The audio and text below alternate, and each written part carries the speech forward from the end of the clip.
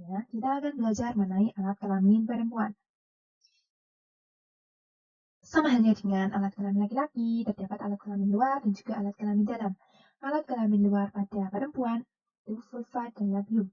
Kemudian alat kelamin dalam ada ovarium dan saluran kelamin yang terdiri atas saluran telur atau tuba falopi, rahim atau uterus dan vagina. Vagina dan cervix. Ovarium yang nantinya akan menghasilkan sel telur yang akan menuju dan ditangkap oleh infundibulum. Di sini ada tuba falopi atau saluran telur yang nantinya akan terjadi pembuahan di sini. Kemudian di sini ini adalah uterus dan ini adalah dinding rahim atau endometrium.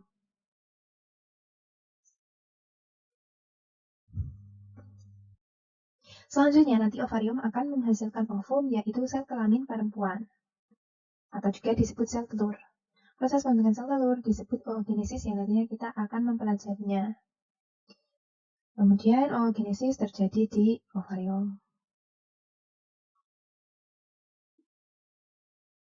Kita akan mempelajari lebih detail mengenai struktur dan fungsinya dari alat reproduksi perempuan. Yang pertama, dimulai dari alat reproduksi luar, yaitu vulva, suatu celah paling luar dari alat reproduksi wanita yang dibatasi oleh sepasang bibir kanan dan kiri. Kedua bibir ini disebut dengan labium. Di vulva inilah terdapat saluran urin dan juga saluran reproduksi vagina. Saluran ini berbeda. Tidak seperti yang laki-laki tadi, saluran urin dan saluran sperma sama. Namun di alat reproduksi perempuan, saluran ini dibedakan yang dapat dilihat di vulva. Kemudian, selanjutnya,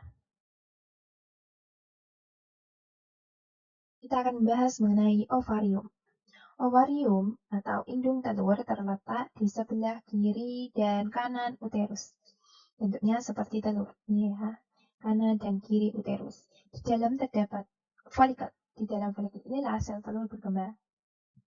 Ya, ini folikel berkembang, kemudian akan melepaskan sel telur dan ditangkap oleh fimbriae pada infundibulum. Lanjut dulu. Sel-sel oosit atau calon sel telur berkembang sejak awal kehidupan seorang perempuan dan mencapai kematangan setelah pubertas.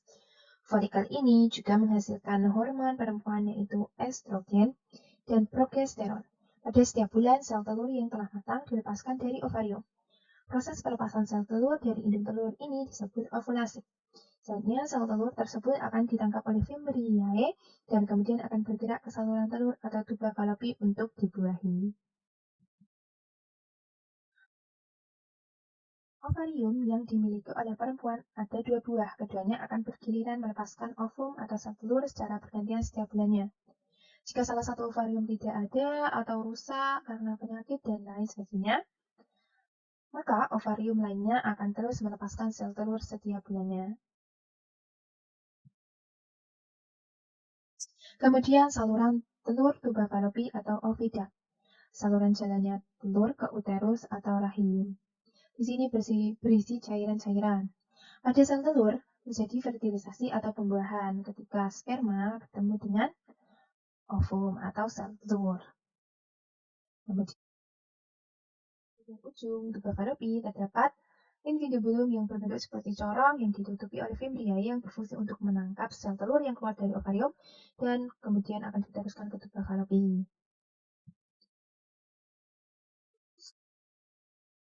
Selanjutnya, uterus atau rahim, yaitu organ yang berdinding tebal seperti buah pir terbalik. Fungsinya tempat perkembangan janin. Ketika nanti sel telur dari tuba falopi dibuahi oleh sperma, kemudian akan berenang, akan menuju ke rahim untuk menempel pada dinding rahim atau endometrium. Di sini, endometrium, seperti yang sudah dikatakan tadi, berfungsi dalam pembentukan plasenta apabila terjadi kehamilan. Apabila tidak terjadi kehamilan karena ovum tidak dibuahi oleh sperma, endometrium akan uruh. Nah, inilah yang disebut menstruasi. Vagina, yaitu saluran yang menghubungkan lingkungan luar dengan rahim. Vagina berfungsi sebagai organ reproduksi saluran untuk aliran darah menstruasi dan rahim dan jalan lahir bayi. Jadi nanti darah menstruasi yang keluar ini melalui vagina untuk keluar tubuh ya. Kemudian saluran yang menghubungkan vagina dengan rahim adalah serviks atau leher rahim. Serviks di sini. Ini lebih ringkasnya dari struktur dan fungsi organ alat reproduksi perempuan dapat di pause kalau kalian ingin membaca lebih. Kemudian kita akan membahas mengenai oogenesis. Oogenesis atau pembentukan sel telur dimulai dari perkembangan folikel primordial, kemudian berkembang menjadi folikel primer, dan sampai pada akhirnya akan menghasilkan sel telur atau ovum dalam tahap oosit sekunder, yang akan kita amati bagiannya berikut ini. Seperti yang sudah dikatakan tadi, perkembangan oogonium menjadi oosit primer terjadi pada waktu anak perempuan masih dalam kandungan. Nah, kemudian selanjutnya akan membelah yang selanjutnya akan menghasilkan ovum atau sel telur yang siap dibuahi. Oogenesis ini terjadi di ovarium. Setiap bulan, ovum yang matang akan dilepaskan. Proses pelepasan sel telur dari indung telur atau ovarium disebut ovulasi. Perkembangannya dimulai dari sel oogonium yang bersifat 2N dan mengalami pembelahan mitosis. Masih ingat kan sifatnya? Jika mengalami pembelahan mitosis, maka sel induk yang membelah menghasilkan sel anakan yang sama dari 2N menjadi 2N. Di sini oogonium membelah menjadi oosit primer. Kemudian terjadi pembelahan secara meiosis 1. Di sini dari oosit primer menjadi oosit sekunder.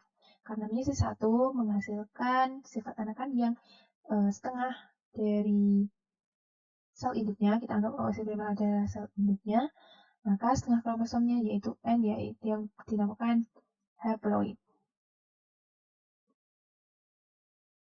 Kemudian juga menghasilkan polosit atau bahan polar.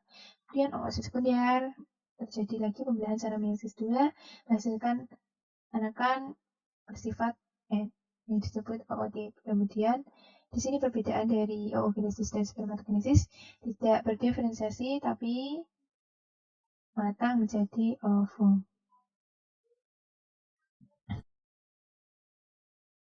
Ini adalah proses lebih detailnya, bisa di-pause untuk memahami lebih.